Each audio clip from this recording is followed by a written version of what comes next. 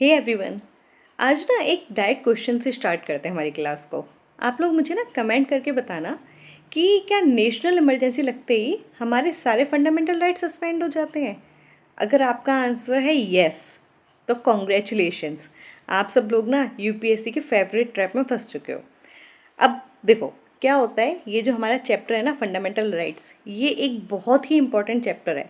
इस चैप्टर को पढ़े बिना आप एग्ज़ाम में जाने का सोच ही नहीं सकते हो। यहाँ से क्वेश्चंस आएंगे ही आएंगे, ये चीज़ सबको पता होती है। एक तो ये मोस्ट इम्पॉर्टेंट चैप्टर है, यहाँ से ट्रैप्स बहुत अच्छे बनाए जाते हैं और यहाँ से क्वेश्चन आएंगे ही आएंगे। तो आज हम क्या करेंगे, इस फंडामेंटल राइट्स को जितना जल्दी हो सकेगा उतना जल्दी कवर करेंगे, पर बिना एक भी टॉपिक, एक भी ट्रैप को मतलब मिस किए। हम सारे के सारे पॉइंट्स को अच्छे से टच करेंगे, कहाँ पे एग्जामिनर ट्रैप में हमें डाल सकता है आज हम उसको भी देखेंगे। और आई प्रॉमिस कि ये वाली वीडियो देखने के बाद ना प्रीलिम्स में फंडामेंटल राइट से आने वाला एक भी मार्क्स ना आपका मिस नहीं होगा। चलिए फिर बिना टाइम वेस्ट किए हम स्टार्ट करते हैं आज का हमारा एपिसोड 7। ऑलरेडी 6 क्लासेस हम कंप्लीट कर चुके हैं, आप प्लेलिस्ट में जाके चेक कर सकते हैं। क्लासेस भी कवर हो चुकी है और उन पे बेस्ड एमसीक्यू सेशन जो चलता है हमारा, उसकी भी प्लेलिस्ट आपको मिल जाएगी। आपने देख रखा है तो वेल एंड गुड, नहीं देखा है तो पहले जाके वो कंप्लीट कर लीजिए। चलिए, ये है हमारा 1 पेजर, जहाँ पे आपको एक ही पेज में जितनी भी इंफॉर्मेशन है फंडामेंटल राइट्स की वो मिल जाएगी कि क्या क्या प्रोविजंस हैं, क्या हमारे डॉक्ट्रिन्स हैं। ये हम सारे राइट्स देखेंगे कि इमरजेंसी वाले प्रोविजन में क्या होता है और क्या ट्रैप्स हैं, है ना, लैंडमार्क केसेस कौन से हैं, हम इन सबको देखेंगे। चलिए अब देखते हैं हम हमारा थोड़ा सा डिटेल में। अब जो हमारे फंडामेंटल राइट्स है ना, तो सबसे पहले आपको क्या याद रखना है, ये हमारे किस पार्ट में मिलते हैं कॉन्स्टिट्यूशन में, पार्ट 3 में।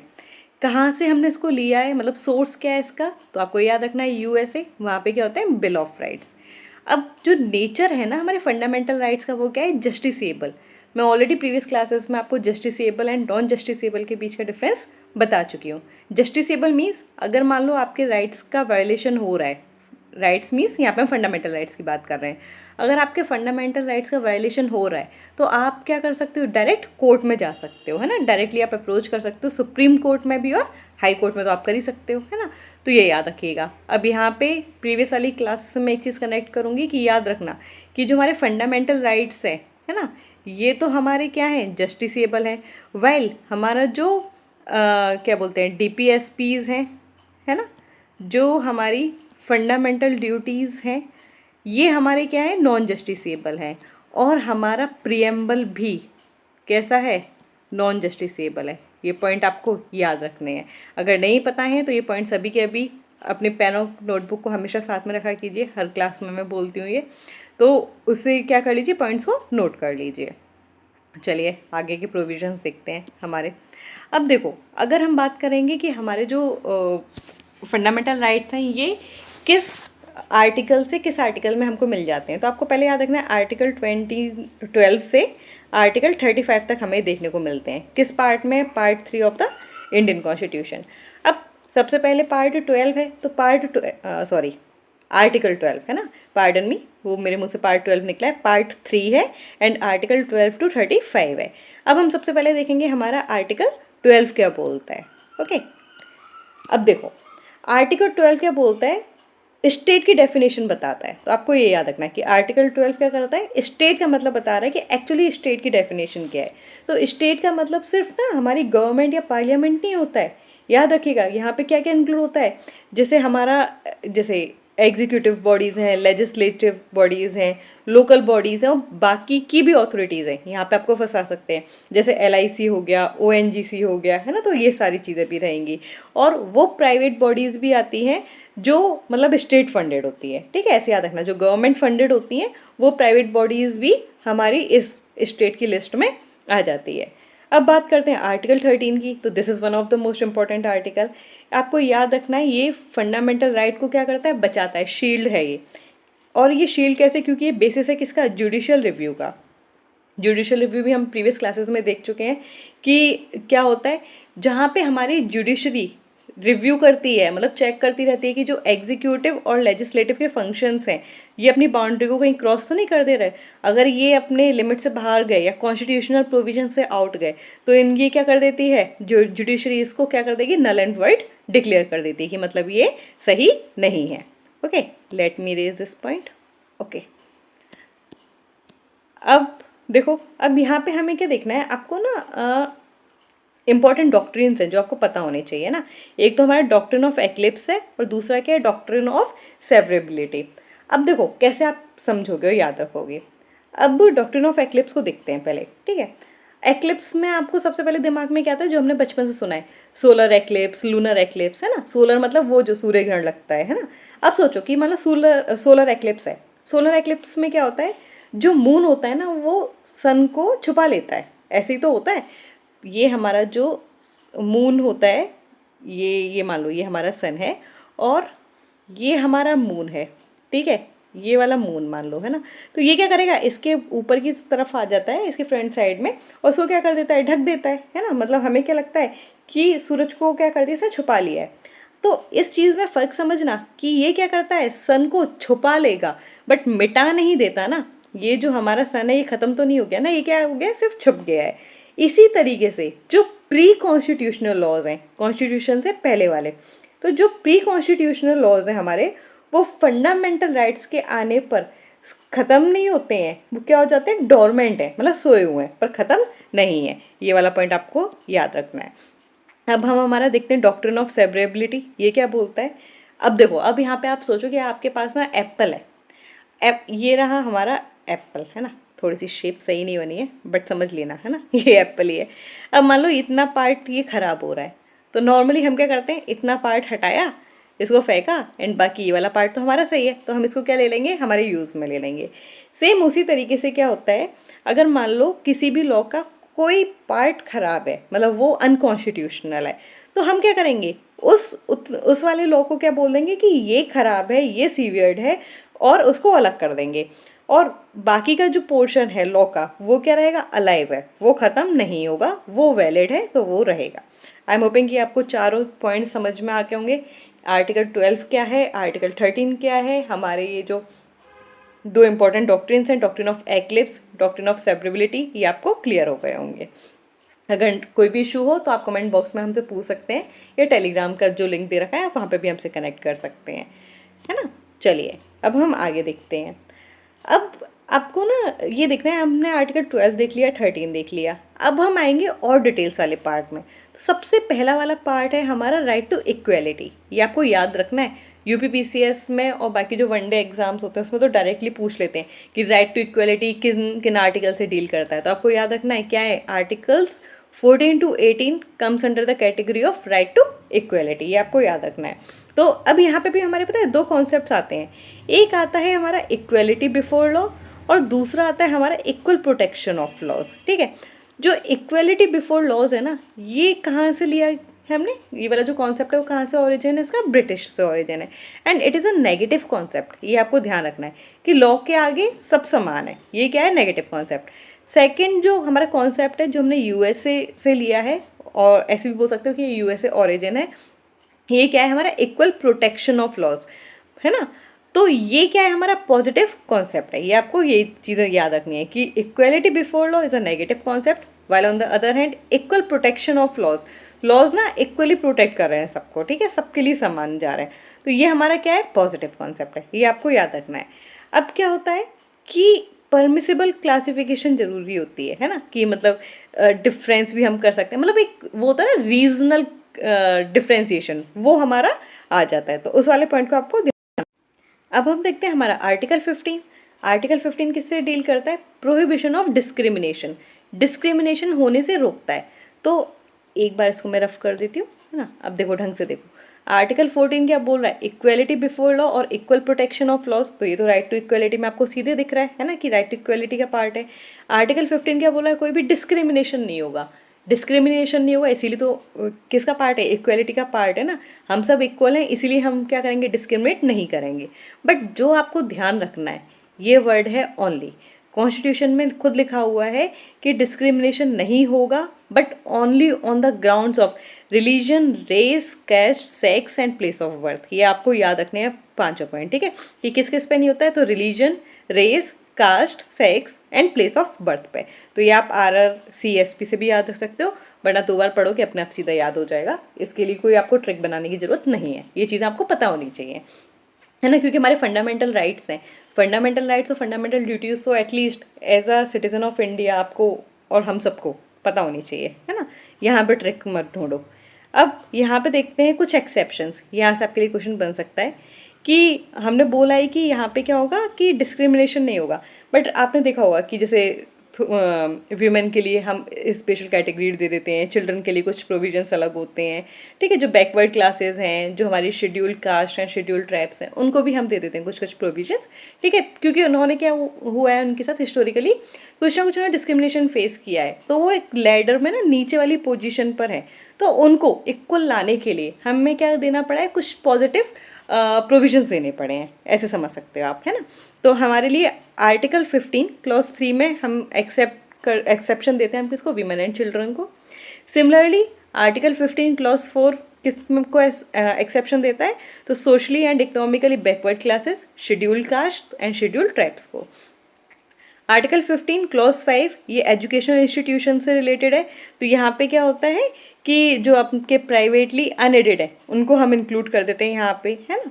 फिर आता है आर्टिकल 30 क्लॉज 1, तो ये माइनॉरिटी इंस्टीट्यूशंस होते हैं। आर्टिकल 15 क्लॉज 6 ये हमारे इकोनॉमिकली जो वीकर सेक्शंस होते हैं उनको हमने रिजर्वेशन दिया है। एंड ये किस कॉन्स्टिट्यूशनल अमेंडमेंट एक्ट से हुआ है ये आपको याद रखना है, क्योंकि आपने PYQs में देखा होगा कि मैच द कॉलम करके आ जाता है, यहाँ पे कॉन्स्टिट्यूशन अमेंडमेंट एक्ट लिखा होगा और ये किससे डील कर रहा है, इस तरीके से आ जाता है। तो 103 आपको याद रखना है कि किससे रिलेटेड है, इकोनॉमिकली वीकर सेक्शंस को जो हमने रिजर्वेशन दिया है उससे रिलेटेड है। तो आपको ये समझ में आया होगा कि एक्सेप्शन किस केसेस में, एंड ऑलरेडी आप लोगों ने ये देखा भी होगा, है ना। बस ये वाला जो अमेंडमेंट एक्ट है AWS वाला, इसको आप याद रखिएगा। चलिए आगे चलते हैं। अब देखिए आर्टिकल 16 हमारा, है ना। अब ये किससे डील करता है, पब्लिक एम्प्लॉयमेंट में सबको क्या हो, इक्वल अपॉर्चुनिटी हो। सबसे बड़ा एग्जाम्पल है ना, हमने देखा था जो इंडियन सिटीजन है वो क्या कर सकते हैं, प्रेसिडेंट के इलेक्शन के लिए अपना नॉमिनेशन कर सकते हैं। अपना नॉमिनेशन मीन्स कि वो प्रेसिडेंट इलेक्शन में खड़े हो सकते हैं, है ना। तो सबको क्या है, इक्वल अपॉर्चुनिटी है, हेरिडिटरी नहीं है लाइक जो ब्रिटेन में चल रहा है कि हेरिडिटरी सिस्टम चल रहा है, नहीं ऐसा नहीं है। यहाँ पे क्या है, इलेक्टेड पोजीशन है, तो सबको क्या है, इक्वल अपॉर्चुनिटी है ना। ये चीज़ आपको याद रखनी है। अब यहाँ पे भी आपको याद रखना है एक्सेप्शंस हैं हमारे, ठीक है, कि रेजिडेंस का रिक्वायरमेंट जो होती है, जैसे कोई आपने फॉर्म भरा या किसी जॉब में, वो क्या कर सकते हैं कि रेजिडेंस की रिक्वायरमेंट की अच्छा आप फॉर एग्जांपल यूपी का एग्ज़ाम है या यूपी में जॉब है, तो यूपी का सिटीज़न होना, सिटीज़न मीन्स रेजिडेंस होना, है ना। सिटीजनशिप तो हमारे यहाँ एक ही है, तो करेक्ट वर्ड यूज़ करना है, रेजिडेंस कंडीशन को हम वहाँ पे अप्लाई कर सकते हैं, बट कौन करेगा, पार्लियामेंट, ये आपको याद रखना है। सिमिलरली आर्टिकल 16 क्लॉज 4 हमारा बैकवर्ड क्लासेस को रिजर्वेशन देता है, उससे डील करता है, मीन्स ये वही हमारे एक्सेप्शन वाले क्लॉजेस हैं। फिर आर्टिकल 16 क्लॉज 4 है, ये हमारा SC/ST प्रमोशन रिजर्वेशन से डील करता है। आर्टिकल 16 क्लॉज 4 भी ये कैरी फॉरवर्ड रूल को देखता है ना। आर्टिकल 16 क्लॉज 5 ये डिनोमिनेशनल इंस्टीट्यूशंस के बारे में बात करता है। एंड लास्ट में ये वाला जो अभी रिसेंटली हमने देखा ना 103rd कॉन्स्टिट्यूशन अमेंडमेंट एक्ट, उसके थ्रू ही हमारा EWS रिजर्वेशन भी स्टार्ट हुआ है, तो ये भी अब यहाँ पे इंक्लूड होता है। अब बात करते हैं आर्टिकल 17, ये अनटचेबिलिटी को ख़त्म करने की बात करता है। एंड अब याद रखिएगा ये एब्सोल्यूट राइट है, यहाँ पे कोई रीजनेबल रेस्ट्रिक्शंस वाला वर्ड नहीं आएगा। अनटचेबिलिटी ख़त्म करनी है मतलब ख़त्म करनी है, ये बहुत ही नेगेटिव कॉन्सेप्ट है, तो इसके टोटली अगेंस्ट में, ठीक है। तो आपको ये याद रखना है कि आर्टिकल 17 किससे डील करता है, अनटचेबिलिटी को ख़त्म करने से डील करता है ना। और ये किसके थ्रू इम्प्लीमेंट होता है ये भी याद रखिएगा, Protection of Civil Rights Act 1955, मतलब इसके अनटचेबिलिटी ख़त्म करने के लिए कोई हमारे पास लॉ है, तो आपको याद रखना है कि Protection of Civil Rights Act 1955 इससे डील करता है, ये आपको ध्यान रखना है। और यहाँ पे कोई एक्सेप्शन नहीं है, ये ध्यान रखिएगा। अभी हमने देखा कि आर्टिकल 15, 16 में हमने देख लिया, बट यहाँ पे कोई भी एक्सेप्शन नहीं है। अब आता है आर्टिकल 18, ठीक है, ये किससे डील करता है, टाइटल से। फॉर एग्जाम्पल अभी मान लो कि किसी को नोबेल प्राइज़ मिला है, तो बोले कि अपने नाम के आगे नोबेल प्राइज़ विनर लगा दे या कुछ टाइटल की तरह यूज़ करे, तो नहीं कर सकते, है ना। वो टाइटल्स को अबॉलिश करते हैं, मतलब वो ऐसी चीज़ नहीं है कि आप उसको यूज़ करोगे। बट एक्सेप्शन यहाँ पे क्या है, अगर मिलिट्री और एकेडमिक चीज़ें हैं तब आप उसको यूज़ कर सकते हो, बट वो किसी शो ऑफ केस के लिए नहीं है, ये आपको बस ये याद रखना है। तो और ये इसमें प्रोविजन आपको याद रखना है, जो सिटीजन्स हैं वो फॉरेन टाइटल्स को भी एक्सेप्ट नहीं कर सकते हैं, है ना। नॉन सिटीजन्स जो होल्ड कर रहे हैं office of profit under state, उनको प्रेसिडेंट की कंसेंट की रिक्वायरमेंट है, अगर फॉरेन के ऑनर्स या प्रेजेंट्स को वो एक्सेप्ट करते हैं तो। ठीक है, तो याद रखिएगा कि किसकी कंसेंट की रिक्वायरमेंट है, प्रेसिडेंट की कंसेंट की, ये आपको याद रखना है। ओके, चलिए अब आगे चलते हैं। अब हम देखेंगे हमारे राइट टू फ्रीडम। अभी हमने क्या खत्म किया आर्टिकल 14 टू 18 में, राइट टू इक्वेलिटी। अब हमारे पास क्या है, राइट टू फ्रीडम। अब यहाँ पे क्या होता है, सबसे पहले हम देखेंगे आर्टिकल 19 को। यहाँ पे हमें 6 फ्रीडम्स मिलती हैं एंड ये सिर्फ सिटीजन्स के लिए। अभी मैं आगे ना आपको दिखाऊंगी, या भी बता ही देती हूँ, है ना। कुछ आर्टिकल्स जो हैं हमारे, ठीक है, कुछ प्रोविजंस जो हैं वो सिटीजन्स ऑफ इंडिया को ही मिलते हैं, बाहर जो मतलब फॉरेन सिटीजन्स हैं उनको नहीं मिलेगा इंडिया में रह के। तो याद रखिएगा कौन से हैं, 15, 16, 19, 29 एंड 30, है ना। मतलब ये आपको 5 आर्टिकल्स याद रखने हैं कि ये सिर्फ और सिर्फ इंडियन सिटीजन को मिलेंगे और किसी को नहीं मिलेंगे।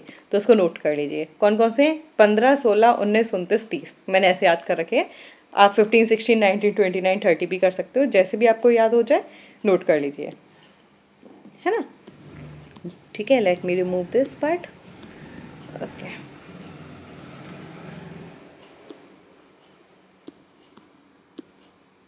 है ना। अब यहाँ पे हमें क्या है, आर्टिकल 19 हमें 6 फ्रीडम्स देता है। ओके, पर ध्यान रखना सिर्फ किसके लिए, ओनली फॉर सिटीजन्स, ये वाला पॉइंट याद रखना है। इसलिए मैंने बोला 15, 16, 19, 29, 30 किसके लिए, सिर्फ सिटीजन्स के लिए। तो 19 भी किसके लिए, सिर्फ और सिर्फ सिटीजन्स के लिए। ये 5 हमारे पास कौन कौन से याद रखना, speech and expression, assembly, association, movement and profession means business. अब देखो, सबसे पहले आप कुछ बोल पाओगे या अपने आप को एक्सप्रेस कर पाओगे, पहले वो आज़ादी तो मिले। तो सबसे पहले बोलने की, अपने आप को एक्सप्रेस करने की आज़ादी, है ना। तो article 19 clause 1 sub clause A हमारे किससे डील करता है, स्पीच एंड एक्सप्रेशन से। अब आपने बोल लिया, अपना एक्सप्रेशन दे दिया, तो आपसे मान लो कि आपके जो भी थॉट्स हैं सेम रिलेटेड पर्सन्स के साथ आप क्या चाहोगे, असेंबल होना चाहोगे, तभी तो वो बात आगे तक पहुंचेगी। तो आप क्या करोगे, असेंबली बनाओगे, है ना, लोगों से कनेक्ट कर लोगे। इस तरीके से याद रखना। तो पहले हमने स्पीच एंड एक्सप्रेशन किया, फिर हमने असेंबली की, फिर हमने एसोसिएशन बना लिया। अच्छा, सेम सिमिलर थॉट्स के लोग मिल गए, पहले हम मिल लिए थे, अब हमने हमारा एसोसिएशन बना लिया। अब एसोसिएट तो हो गए, फिर आप ढूंढोगे और कौन कौन है हमारे जैसा, है ना, और हम कहीं भी जा आ सकें या जा सकें। ये याद रखने की ट्रिक बता रही हूँ मैं ना। तो मूवमेंट एंड रेसिडेंस हो गया हमारा, है ना। तो पहले मूवमेंट एंड देन फिर रेसिडेंस। आप कहीं मूव करके जा रहे हो तो कहीं रुकोगे भी ना, तो मूवमेंट है देन रेसिडेंस है, एंड फिर लास्ट में क्या आता है, आप कहीं भी गए हो तो वहाँ पे काम तो करना पड़ेगा ना कुछ तो करोगे। तो प्रोफेशन एंड बिजनेस। इस तरीके से आप 6 जो आर्टिकल्स हैं इनको याद रख सकते हो। तो जो आर्टिकल 19(1)(a है, ठीक है, article 19 clause 1 sub clause A, सही तरीके से इसी तरीके से बोला जाता है ना।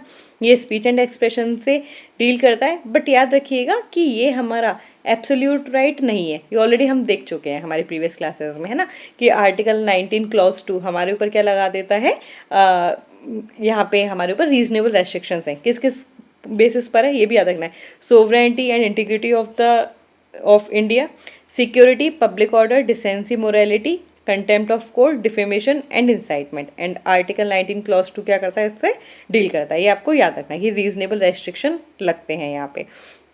फिर जो हमारा सेकंड वाला पार्ट है वो भी क्या है, वो असेंबली से डील करता है। एंड ये भी याद रखिएगा कि ये भी एब्सोल्यूट नहीं है, इंडिया की सोवरेनिटी एंड इंटीग्रिटी पे इम्पैक्ट नहीं आना चाहिए, ये इसके ऊपर रेस्ट्रिक्शन है। पब्लिक ऑर्डर भी है ना, तो ये आपको ये याद रखना है, ठीक है। ये हमारे किस में आता है, आर्टिकल 19 क्लॉज 3 के अंडर। फिर जो हमारा थर्ड वाला पार्ट है means article 19 clause 1 sub clause C, ये एसोसिएशन, यूनियन और कोऑपरेटिव से डील करता है।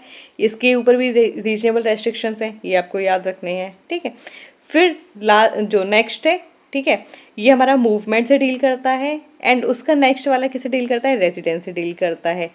फिर जो सबसे लास्ट वाला है हमारा आर्टिकल 19 में, ठीक है, क्लॉज 1 सब क्लॉज जी, ये हमारा मतलब प्रोफेशन एंड बिजनेस से डील करता है। तो यहाँ पे भी हमारे क्या है, ये आपको ध्यान रखने कि यहाँ पे भी रेस्ट्रिक्शंस लग सकते हैं।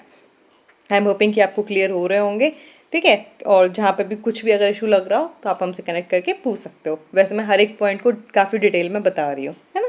तो जहाँ पे भी लगे आपको कि अच्छा कुछ मिस हो रहा है या कुछ समझ में नहीं आया, तो आप हमसे डायरेक्टली भी कनेक्ट कर सकते हैं, कमेंट्स में भी पूछ सकते हैं।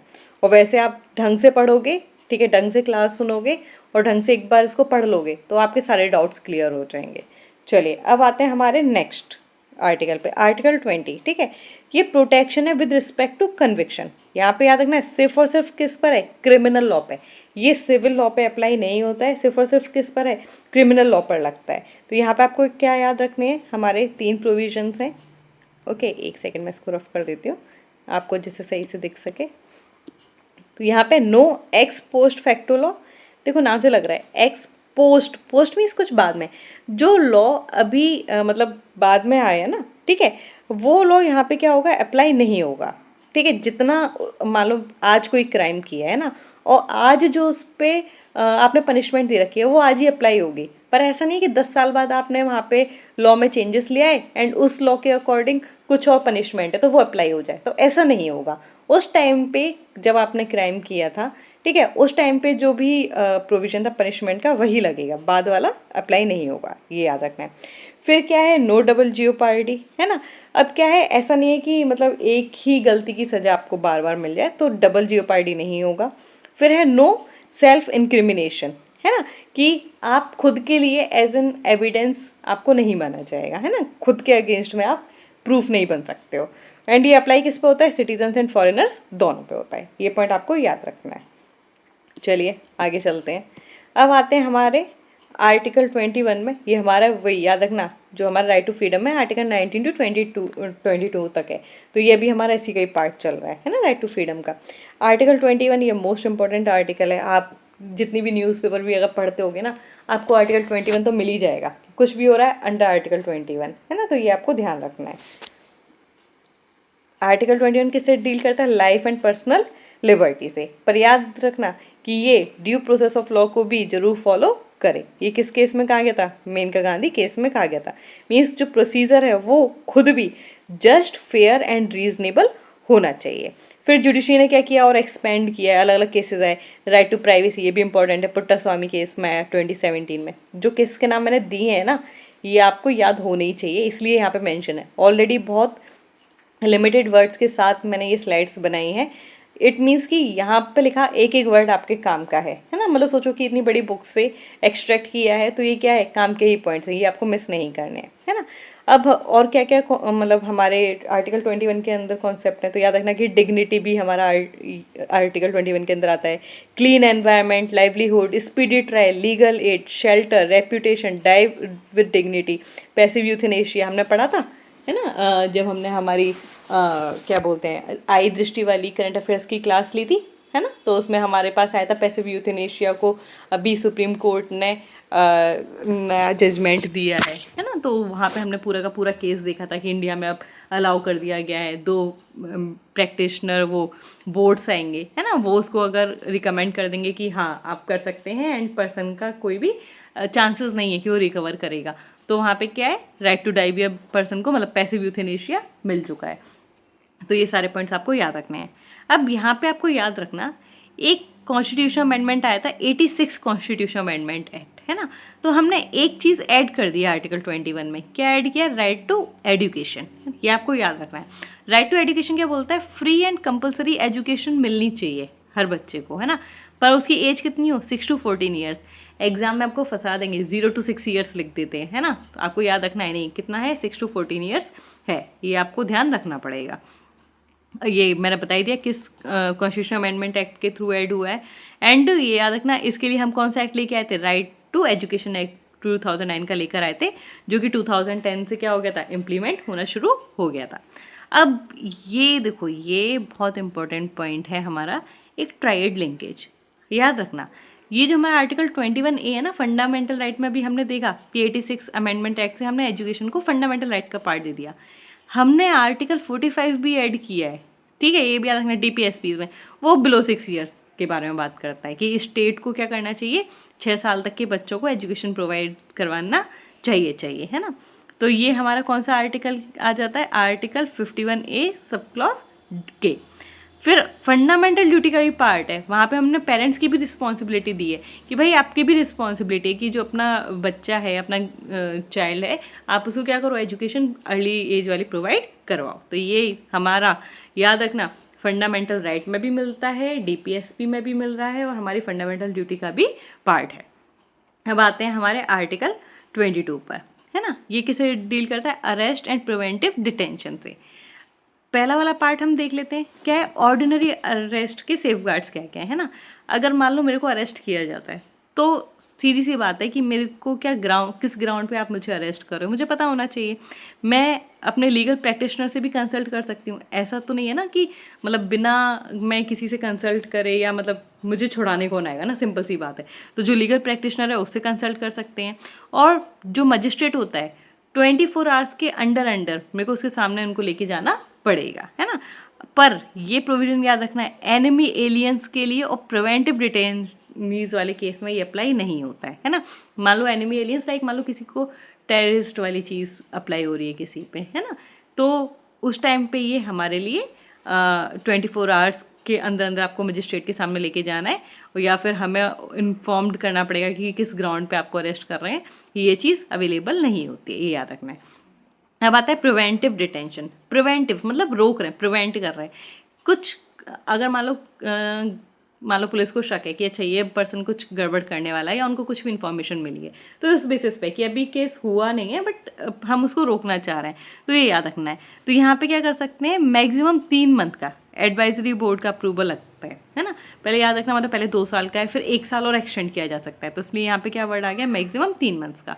पार्लियामेंट प्रिस्क्राइब करता है मैक्सिमम डिटेंशन लिमिट्स को, ये आपको याद रखना है कि कौन डिसाइड करता है मैक्सिमम डिटेंशन लिमिट्स क्या होगी, तो ये कौन करेगा, पार्लियामेंट।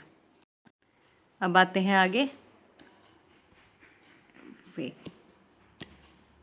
ना। अब आते हैं हमारे राइट अगेंस्ट एक्सप्लॉयटेशन में, है ना, कि एक्सप्लॉयटेशन ना हो। तो इसके लिए हमारे 2 आर्टिकल्स हैं, एक आर्टिकल 23 और एक आर्टिकल 24। सबसे मेन तो यही है कि आपको पता होना चाहिए कौन सा आर्टिकल किससे डील कर रहा है, कि राइट अगेंस्ट एक्सप्लॉयटेशन के अंडर कौन कौन से आर्टिकल है। तो याद रखना है कौन से, आर्टिकल 23 एंड 24। तो आर्टिकल 23 डील करता है किससे, जो हमारा बेगर एंड ह्यूमन ट्रैफिकिंग होती है ना, उसके अगेंस्ट में है, ये दोनों के अगेंस्ट में, चाहे स्टेट हो चाहे प्राइवेट हो। तो यहाँ पे हमें क्या है, ये ट्रैफिकिंग को रोकना है। यहाँ पे भी एक्सेप्शन क्या है, स्टेट हमारा क्या कर सकता है, कंपलसरी सर्विस को। फॉर एग्जांपल मान लो कि जैसे मान लो कोई हमें लग रहा है कि कंडीशन बहुत ज़्यादा ज़रूरी है कि यहाँ पे हमें लोगों की हेल्प चाहिए, तो स्टेट वो बोल सकती है कि नहीं नहीं आपको यहाँ पे सर्विस देनी पड़ेगी, है ना। फॉर एग्जांपल मान लो कि अभी वॉर हो जाए, फॉर एग्जांपल, ना हो वो अच्छी बात है बट मान लेते हैं एक हाइपोथेटिकल कंडीशन, तो स्टेट बोल सकती है कि आपको इस वाले रीजन में जाके अपनी सर्विसेज प्रोड्यूस करनी है ना। तो वहाँ पे वो मतलब हमसे काम करवा सकते हैं ना, कंपलसरी सर्विस का प्रोविजन आ सकता है, अदरवाइज नहीं होगा। बट डिस्क्रिमिनेशन नहीं होना चाहिए किसके बेसिस पे, रिलीजन, रेस, कास्ट और क्लास, है ना। ये 4 पॉइंट्स आपको याद रखने हैं। अब आता है आर्टिकल 24। ये क्या करता है, एम्प्लॉयमेंट को प्रोहिबिट करता है बच्चों का। याद रखना है कितना, 14 साल से कम बच्चे, ठीक है, कहाँ पे, उन फैक्ट्रीज, माइंस और हजर्डस एक्टिविटीज़ में। एंड किस एक्ट के थ्रू, मतलब कौन सा एक्ट में भी आपको देखने को मिलता है, तो चाइल्ड लेबर अमेंडमेंट एक्ट 2016 का। तो प्रोविज़न क्या है कि जो एम्प्लॉयमेंट करते हैं बच्चे, ठीक है, 14 साल से कम, फैक्ट्रीज़ में, माइंस में या हजर्डस एक्टिविटीज़ जहाँ हो रही हैं वहाँ पे क्या है, कम्प्लीटली बैन है। चलिए आगे चलते हैं। अब हम देखेंगे हमारे आर्टिकल्स 25 to 28। ये क्या है, right to freedom of religion, है ना, हमारे धर्म के लिए आपको आज़ादी है ना। तो हम देखेंगे कि अच्छा इसमें क्या क्या मिल रहा है हमको, है ना। अब देखो आर्टिकल 25 क्या बोलता है, इंडिविजुअल फ्रीडम है कंसाइंस, प्रोफेशन, प्रैक्टिस, प्रोपेगेशन, इन सब के लिए। मीन्स मैं जिस भी धर्म को मानना चाहूँ मैं मान सकती हूँ, उसको प्रोफेस भी कर सकती हूँ, प्रैक्टिस भी कर सकती हूँ, और उसके बारे में लोगों को भी बता सकती हूँ ना, प्रोपेगेट भी कर सकती हूँ। बट मुझे याद रखना है कि मैं कर तो सकती हूँ बट ये सब्जेक्ट है ना, किसके मतलब इसके ऊपर कंडीशंस हैं कि public order, morality, health and बाकी के फंडामेंटल राइट्स पे इम्पैक्ट नहीं पड़ना चाहिए। कि मैं अगर अपने धर्म को प्रोपेगेट कर रही हूँ तो ऐसा ना हो कि दूसरे किसी पर्सन का फंडामेंटल राइट्स वायलेट हो रहे हैं। एंड ये हमारी मोरालिटी और ये हमारे क्या बोलते हैं पब्लिक ऑर्डर, हेल्थ पे भी इम्पैक्ट नहीं आना चाहिए। अब आता है आर्टिकल 26। ये बात करता है रिलीजियस डेनोमिनेशंस टू मैनेज अफेयर्स, है ना। अब ये भी सिमिलरली है ना, इसके ऊपर भी रेस्ट्रिक्शंस हैं। Restrictions means reasonable restrictions. Condition क्या है, public order, morality and health. Article 27 क्या बोलता है, no compulsory taxation. Compulsory taxation नहीं होगा for promoting any specific religion. Apply होते हैं टैक्सेस पर, है ना, टैक्स अप्लाई होगा बट फीस अप्लाई नहीं होती है, क्योंकि हमारा स्टेट क्या है, सेक्युलर है। ओके, तो ये वाली चीज़ आपको याद रखनी है कि वो हर रिलीजन को क्या करता है, प्रोटेक्ट करता है।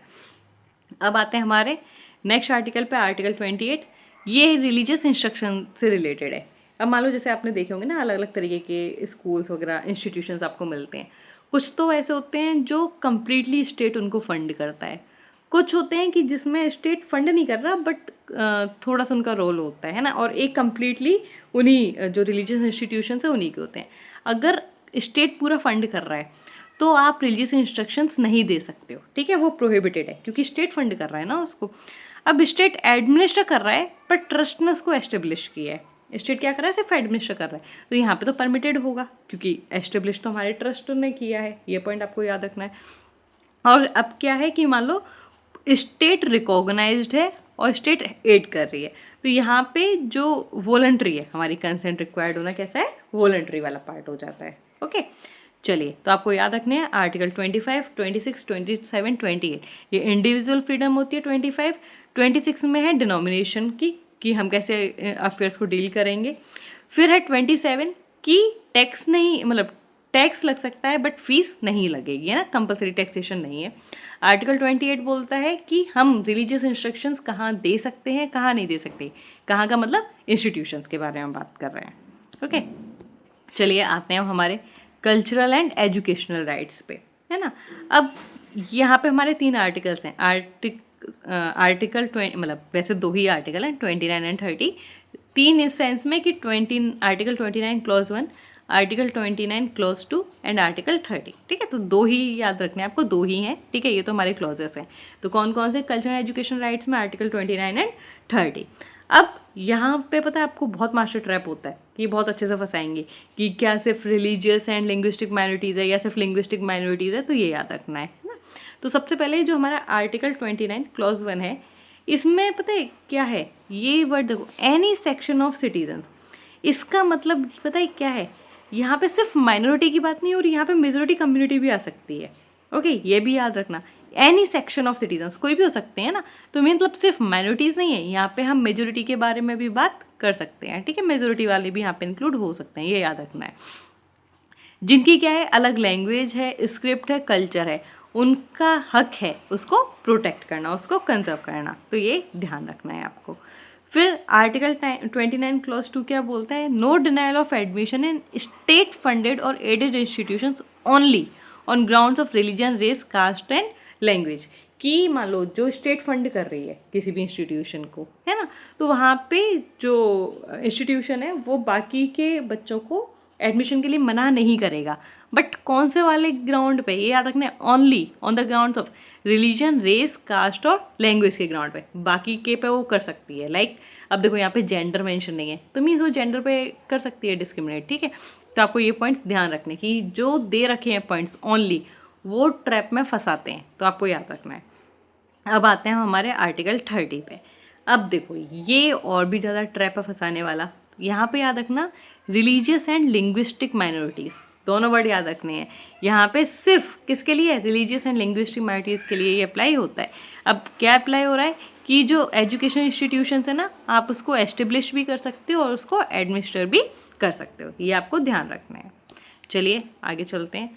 अब यहाँ पे अभी आर्टिकल 31 आपको मिस होता, वो दिख रहा होगा कि आर्टिकल 31 कहाँ गया, ठीक है। तो यस, वो आर्टिकल पहले था बट अब क्या कर दिया गया है, रिपील कर दिया गया है। अब ना आप याद रखिएगा, जो आर्टिकल 31 हमारा रिमूव किया गया था ना, तो किस अमेंडमेंट एक्ट से किया गया था, तो याद रखना 44th अमेंडमेंट एक्ट ऑफ 1978। ये पॉइंट लिख लीजिएगा, इससे रिलेटेड भी आपको पीवाईक्यूज में क्वेश्चन देखने को मिल जाएंगे कि जो 44th अमेंडमेंट एक्ट है उससे हमारा जो आर्टिकल 31 है उसको क्या किया गया था, हटाया गया था। तो याद रखना है 42nd नहीं है, क्योंकि जो हमारा 42nd है ना उसको हम मिनी कॉन्स्टिट्यूशन भी बोल देते हैं, क्योंकि बहुत चेंजेस आए थे। तो पर ये जो हमारा आर्टिकल हटाया गया है 31 फंडामेंटल राइट से, वो हमारा 44th से किया है, ठीक है। तो आपको ये ध्यान रखना है। चलिए अब हम देखते हैं हमारा आर्टिकल 32। ये हमारा बहुत इंपॉर्टेंट है। आपको याद होगा कि डॉक्टर B.R. अम्बेडकर जी ने इस वाले आर्टिकल को क्या बोला है, soul of the Indian constitution, है ना। तो आपको ये ध्यान रखना है। अब आर्टिकल 32 खुद एक फंडामेंटल राइट है ना। ये वाला प्रोविजन याद रखना है कि ऐसा नहीं है कि आर्टिकल 32 को आप बहुत हल्के में ले लो, ये बहुत इंपॉर्टेंट है ना। इसको ध्यान रखना, सुप्रीम कोर्ट और हाई कोर्ट दोनों के पास ही प्रोविज़न है। 32 के अंडर सुप्रीम कोर्ट को है और हमारे हाई कोर्ट को है अंडर आर्टिकल 226। ये चीज़ याद रखनी है। अब थोड़ा सा ना यहाँ पे याद रखना, एक इम्पॉर्टेंट पॉइंट है, हम हमेशा क्या सोचते हैं सुप्रीम कोर्ट के पास ज़्यादा पावर्स होंगी, है ना, बट कुछ चीज़ें थोड़ी सी हमें याद रखनी होती हैं। जो हमारा इस टर्म्स में अगर मैं बोलूँ कि कॉन्स्टिट्यूशनल रेमेडीज़ के टर्म्स में, तो जो हाई कोर्ट है ना उसके पास जो पावर है, ठीक है, वो क्या है, वाइडर है, ठीक है, किससे, हमारे सुप्रीम कोर्ट से। पावर या फिर आप जुरिस्डिक्शन बोल सकते हो कि किसके पास है, हाई कोर्ट के पास ज़्यादा है, क्योंकि जो सुप्रीम कोर्ट है ना वो सिर्फ फंडामेंटल राइट्स के लिए रिट इशू करता है। ढंग से सुनिएगा, जो सुप्रीम कोर्ट है ये सिर्फ और सिर्फ फंडामेंटल राइट्स के लिए इशू करता है हमारे रिट्स को, बट जो हमारा हाई कोर्ट है ये हमारे फंडामेंटल राइट्स के लिए तो यस जो रिट्स हैं उसको इशू करेगा ही करेगा, पर साथ के साथ जो ऑर्डिनरी लीगल राइट्स होते हैं ना उसके लिए भी ये काम करता है। तो इसलिए आपको याद रखना है कि जो दायरा है वो किसका ज़्यादा बड़ा है, हाई कोर्ट का, ना कि सुप्रीम कोर्ट का इस केस में। ओके, चलिए मैं इसको रिमूव कर देती हूँ एक बार। यस, अब आते हैं हमारे रिट्स को, देख लेते हैं कि रिट्स क्या हैं हमारी, है ना। तो रिट्स याद रखिएगा कि हमारे 5 तरीके की हैं। हेबियस कॉर्पस, हेबियस, है ना, तो ऐसे याद रखना, to have the body of, बी से बी, है ना, तो ये क्या है, to have the body of, मतलब इलीगल डिटेंशन, पब्लिक या प्राइवेट जो भी है उसके अगेंस्ट में होता है ये। मैंडेमस, मैंडेमस, है ना, याद रखना कि ऐसा लगा ना कि मैंडेटरी कर रहे हैं किसी चीज़ को, मैंडेमस है मीन्स कमांड कर रहे हैं कि जो भी अपनी पब्लिक ड्यूटी नहीं निभा रहे हैं, है ना, मतलब ये normally quasi judicial and judicial वाले टर्म्स में आता है कि उनको बोल रहे हैं। फॉर एग्जांपल मान लो डिस्ट्रिक्ट कोर्ट है, ठीक है, वो अगर अपना काम सही से नहीं कर रही है तो हाई कोर्ट उसको क्या कर सकती है, ऑर्डर दे सकती है ना कि अपना काम सही से करो, या ये वाला केस आप लो, आप ले नहीं रहे हो, ठीक है। तो ये आपको याद रखना है कि वहाँ पे क्या करेंगे, कमांड होता है, ठीक है। मैंडेमस की मैंडेटरी आपको ये करना है। प्रोहिबिशन मीन्स प्रोहिबिट कर रहा है, तो यहाँ पे अगर मान लो कि जो हमारी कोर्ट्स हैं ना या क्वासी जुडिशियल बॉडीज़ हैं, ये क्या करती है, रोकती हैं कि अपना जुरिस्डिक्शन को क्रॉस मत करो, आपका जुरिस्डिक्शन यहाँ तक है, आपको यहाँ तक ही रहना है, इसके आगे आप एक्शन नहीं ले सकते हो। फिर आता है सर्ट्यूरेरी, ये क्या करता है, जो इलीगल ऑर्डर्स होते हैं उसको क्या कर देता है, क्वेश कर देता है। तो दोनों को केस में अवेलेबल होता है हमारा प्रिवेंटिव भी और क्यूरेटिव भी, ये याद रखना है कि प्रिवेंटिव में भी अवेलेबल है। तो सर्ट्यूरेरी में मीन सिंपल कि यहाँ पे अगर आपसे पूछा जाए तो टू बी सर्टिफाइड, है ना, कि आप सर्टिफाई करो कि क्या है ऐसा, है ना, तो सर्टिफाइड होने वाली चीज़ से डील करते हैं। अब अगर हम बात करें क्वे वारंटो, ठीक है, तो पूछे ना वारंटी क्या है, इस तरीके से ना कि ऑथोरिटी क्या है, कि आपने अगर मान लो कोई पब्लिक ऑफिस हेल्ड कर दिया, ठीक है, ऐसा नहीं है ना कि कोई भी पर्सन जाके बैठ जाएगा, तो उसे पूछा जाएगा कि किस ऑथोरिटी से आप ये काम कर रहे हो, तो ये चेक करता है, check legality of holding a public office. तो ये सारे आपको याद रखने हैं, बहुत इंपॉर्टेंट है, डायरेक्ट इससे क्वेश्चन बनते ही बनते हैं। ओके, ढंग से क्लास को पढ़िएगा, ठीक है, सुनिएगा, उसके बाद अच्छे से रिवाइज कीजिएगा। कहीं भी अगर 1% भी डाउट रहता है कमेंट्स बॉक्स में आप हमसे पूछ लीजिए, टेलीग्राम पर पूछ लीजिए, बट क्लियर कर लीजिएगा अभी के भी। वैसे तो कल हम इस पर MCQ सीरीज़ भी लेके आएंगे जिससे आपके और डाउट्स जो भी बचे हों वो कल ही क्लियर हो जाएं, बट इनकेस अगर रहता भी है ना तो मैं बोल रही हूँ 1% भी डाउट मत रखिएगा। ये चैप्टर बहुत इंपॉर्टेंट है, यहाँ का एक एक वर्ड, एक एक पॉइंट मतलब आपके क्वेश्चन को ट्रैप में फंसाता है ना। चलिए अब आते हैं, हम कुछ ट्रैप्स देख लेते हैं कि क्या क्या ट्रैप्स हैं, है ना, तो वो इमरजेंसी प्रोविजन से हमको फंसाता है। अब यहाँ पर अगर आप देखोगे कि कौन कौन से राइट्स हैं जो सिर्फ हमारे सिटीजन्स को मिले हैं, तो ये मैंने आपको पहले याद करवा दिए, 15, 16, 19, 29, 30, ये आपको याद रखने हैं। और बाकी के बचे हुए किसके लिए होंगे, सिटीजन्स के लिए भी और फॉरेनर्स के लिए भी, ठीक है। तो आपको सिटीजन्स वाले याद रखने, बाकी वाले तो आप खुद भी समझ जाओगे, है ना। अब इमरजेंसी डायनेमिक्स देख लेते हैं हम, हमारा, है ना, ये हमारा आर्टिकल 358 वर्सेस आर्टिकल 359 को देखेंगे। अब यहाँ पे याद रखना है कि अगर मैं बोलूँ कि आर्टिकल 19 सिर्फ तभी सस्पेंड होगा जब इमरजेंसी किस वाले पॉइंट पर लगी हो, वॉर या एक्सटर्नल अग्रेशन पर लगी हो, आर्म्ड रिबेलियन का ग्राउंड होगा तो आर्टिकल 19 सस्पेंड नहीं होगा। दोबारा देखें कि आर्टिकल 358 का ट्रैप क्या है, आर्टिकल 19 हमारा तभी सस्पेंड होगा, सिर्फ तभी सस्पेंड होगा जब जो इमरजेंसी है वो किस वाले बेसिस पे लगी हो, या तो वॉर पे या फिर एक्सटर्नल एग्रेशन पे। आर्म्ड रिबेलियन पे नहीं अप्लाई होगा हमारा, ठीक है। तो जो हमारा आर्टिकल 19 है, अगर आर्म्ड रिबेलियन हो रहा है तो उस टाइम पे सस्पेंड नहीं होगा, ये आपको याद रखना है, ठीक है।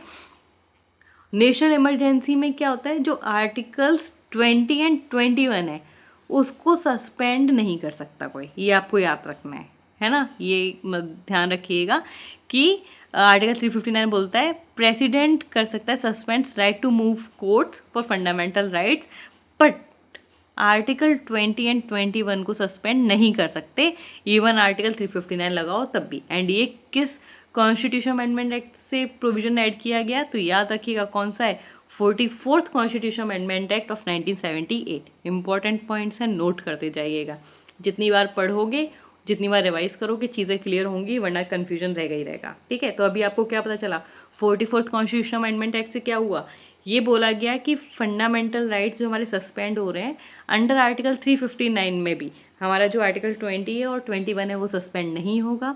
44th कॉन्स्टिट्यूशन अमेंडमेंट एक्ट से ही हमने जो हमारा आर्टिकल 31 था जो प्रॉपर्टी वाला है ना, राइट टू प्रॉपर्टी, उसको हमने हटा दिया, कहाँ से, हमारे फंडामेंटल राइट से, ठीक है। तो ये दोनों पॉइंट्स आपको याद रखने हैं। आर्टिकल 31 यहीं पे है, राइट टू प्रॉपर्टी देख लेते हैं। तो उसने क्या किया, 44th कॉन्स्टिट्यूशन अमेंडमेंट एक्ट को फंडामेंटल राइट वाले पार्ट से हटा दिया है। बट अब क्या है, ये कॉन्स्टिट्यूशनल और लीगल राइट है।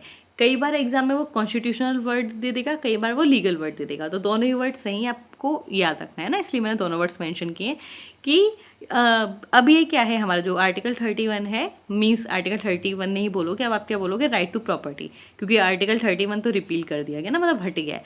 तो अभी क्या है, under article 300A right to property is now a constitutional right और a legal right, but not a fundamental right. ये पॉइंट्स आपको याद रखने हैं, मोस्ट इंपॉर्टेंट पॉइंट्स हैं, ध्यान से समझ के करिएगा, है ना।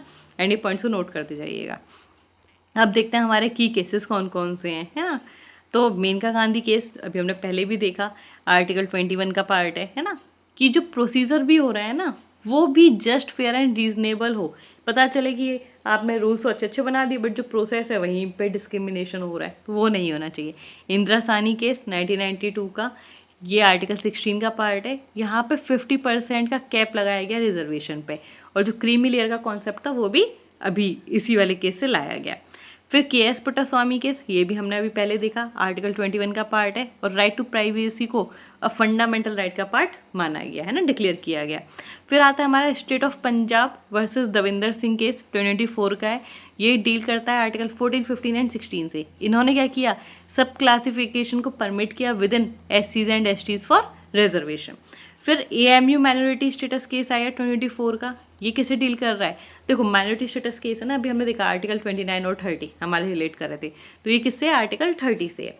यहाँ पे 7 जज की जो बेंच थी उन्होंने क्या किया, जो माइनॉरिटी स्टेटस का जो टेस्ट था उसको दोबारा उन्होंने रिविजिट किया था।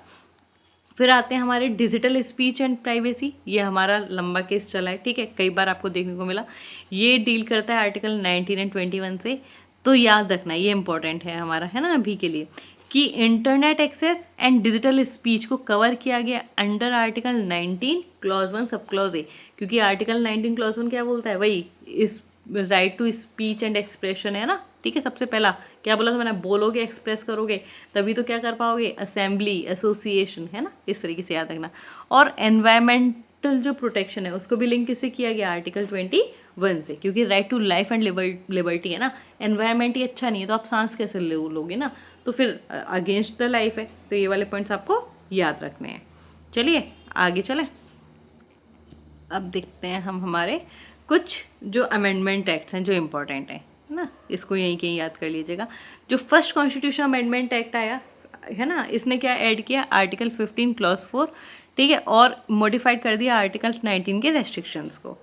44th कॉन्स्टिट्यूशन अमेंडमेंट एक्ट जो आया 1978 का, ये तो अभी हमने देखा, राइट टू प्रॉपर्टी को फंडामेंटल राइट से हटा दिया, एंड अब वो क्या है, सिर्फ कॉन्स्टिट्यूशनल या फिर लीगल राइट है हमारा अंडर आर्टिकल 300A। अब और क्या हुआ इससे, जो आर्टिकल 20 एंड 21 है इमरजेंसी के टाइम पे अंडर आर्टिकल 359, ये तब भी रिमूव नहीं होंगे, सस्पेंड नहीं होंगे, है ना।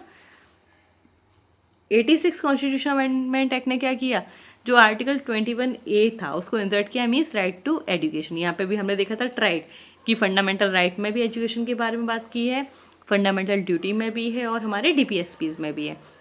फिर हमारा 103rd कॉन्स्टिट्यूशन अमेंडमेंट एक्ट, ये भी हम पहले देख चुके हैं कि आर्टिकल 15 क्लॉज 6, आर्टिकल 16 क्लॉज 6 को क्या किया गया, ऐड किया गया, मीन्स EWS को रिजर्वेशन दिया गया, कितना, 10% का।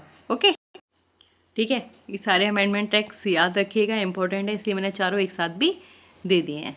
ओके, चलिए आगे आते हैं। अभी हमारे प्रीलिम्स में पिटफॉल्स हैं कि कहाँ पे फंसाते हैं हमें, कि जैसे मैं बोला था ना आर्टिकल 7 में कोई रीजनेबल रेस्ट्रिक्शन नहीं है, तो आर्टिकल 17 एंड 24 में आपको याद रखना है। ठीक है, जो टाइटल्स एक्सेप्ट करने वाली बात थी, प्रेसिडेंट ने कंसेंट दे दिया तो आप एक्सेप्ट कर सकते हो, अदरवाइज वो बैन है ना।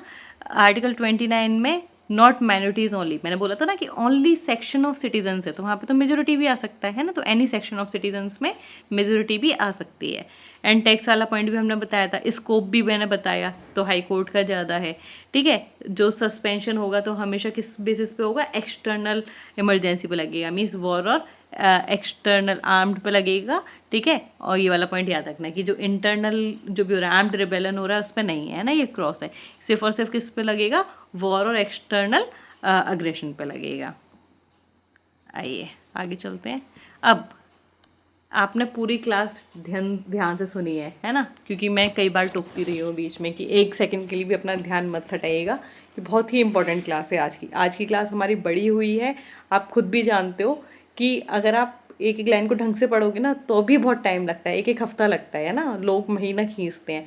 हमने उसको आज 1 घंटे से पहले ख़त्म करने की कोशिश की है, इसलिए आज मैंने क्लास की स्टार्टिंग में नहीं बोला कि हम 10 मिनट में रिवाइज कर लेंगे, क्योंकि पॉसिबल ही नहीं है।